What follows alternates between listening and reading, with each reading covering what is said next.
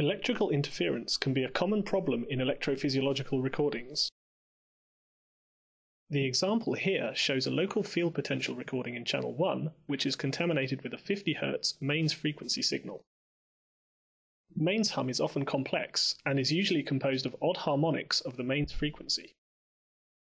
This makes it very difficult to remove or suppress by simple use of high-pass or notch filters. If we create a power spectrum from the raw data,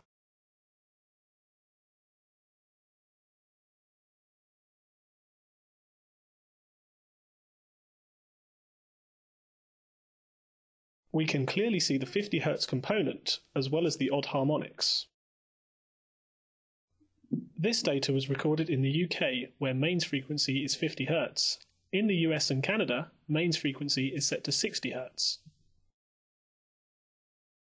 In the example shown here, we have used an offline script, HumRemoveExpress, that creates an average of the mains interference and then subtracts this from the original signal. The results of this method are shown in channel 2, with the subtracted signal displayed for reference in channel V1. The script will remove either 50 Hz or 60 Hz mains frequency components. The average of the mains signal needs to be based on an event channel that marks each cycle of the mains frequency during recording.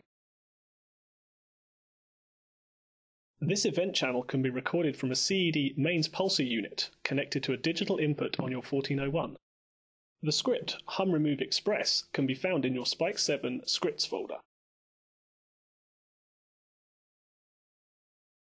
Run the script from the script menu, Load and Run option.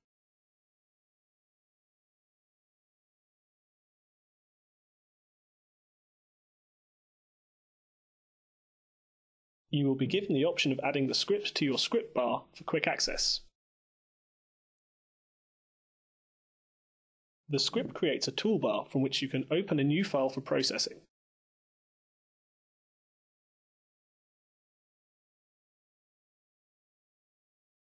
Once a data file has been selected, the Setup button in the toolbar is enabled. This opens a dialog from which you can select the channels and options for removing mains hum. Here we set the hum cycle marker to use and the channel or channels to process, as well as a time range.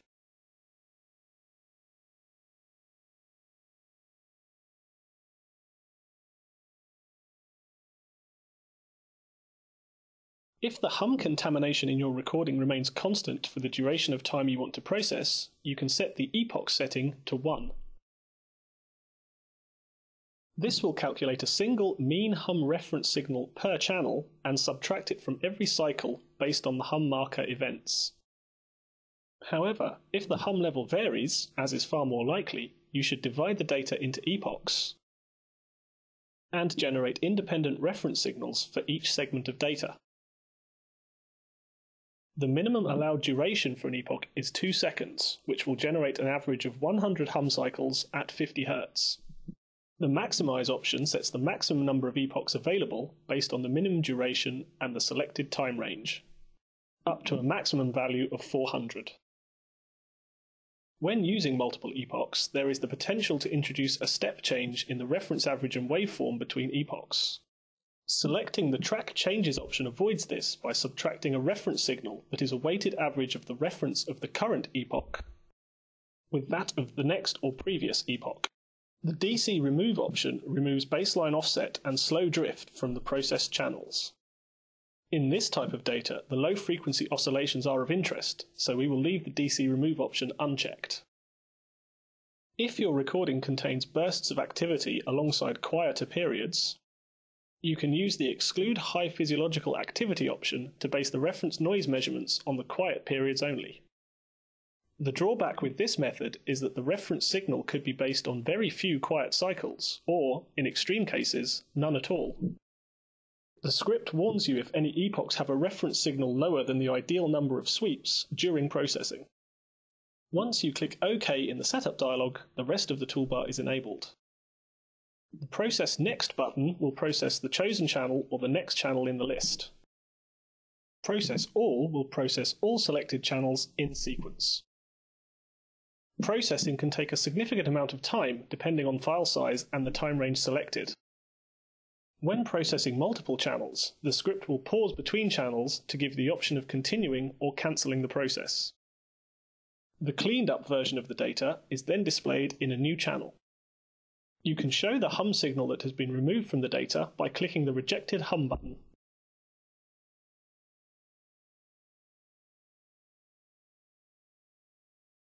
The rejected hum, processed data and raw data can all be selected, hidden and shown using the toolbar buttons.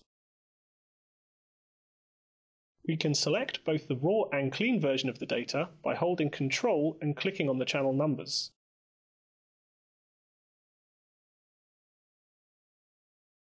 And compare the power spectrum from both channels.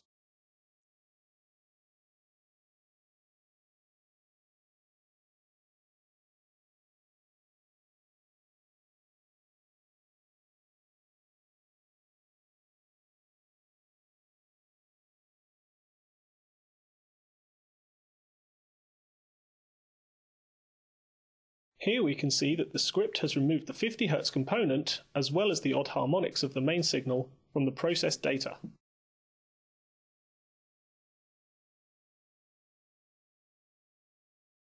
The Toggle Groups option overdraws the processed and raw data for visual comparison.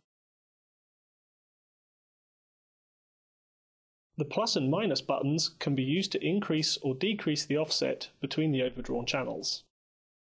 I hope that you've found this video tutorial helpful. Full details of the script can be found in the HumRemoveExpress PDF file in your Spike2 scripts folder. A companion script, HumRemove, can be used to attempt to remove mains hum from data recorded without a hum marker event channel. Full details of this script can be found in the HumRemove PDF in your Spike2 scripts folder.